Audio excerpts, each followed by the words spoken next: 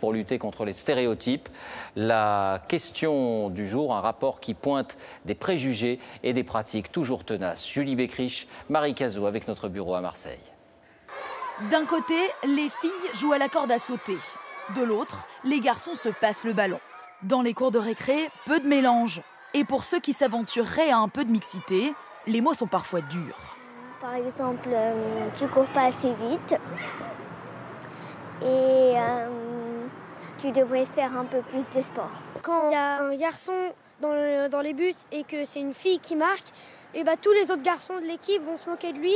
Comme on est trop faible, et à chaque fois on peut pas jouer au même jeu qu'eux. Et alors, qu'est-ce que vous leur dites aux garçons? Que eux, quand ils seront grands, ils seront tout poilus et ils auront même peut-être plus de cheveux.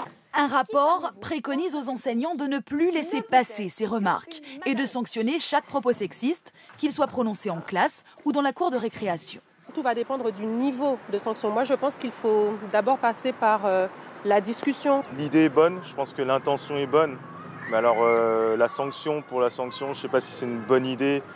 Isabelle Mermillot, en plus d'être maman, est professeure des écoles. Elle sanctionne déjà les enfants qui tiennent des propos déplacés.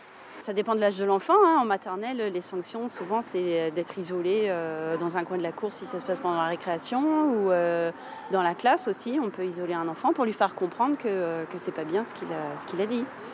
Pour ce pédopsychiatre, il faut punir les propos sexistes, mais ne pas nier les différences pour autant.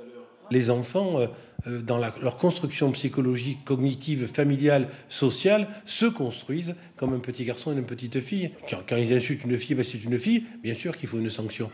Autre préconisation aux enseignants pour réduire les inégalités à l'école, bien répartir le temps de parole entre filles et garçons. Et au même moment, le ministère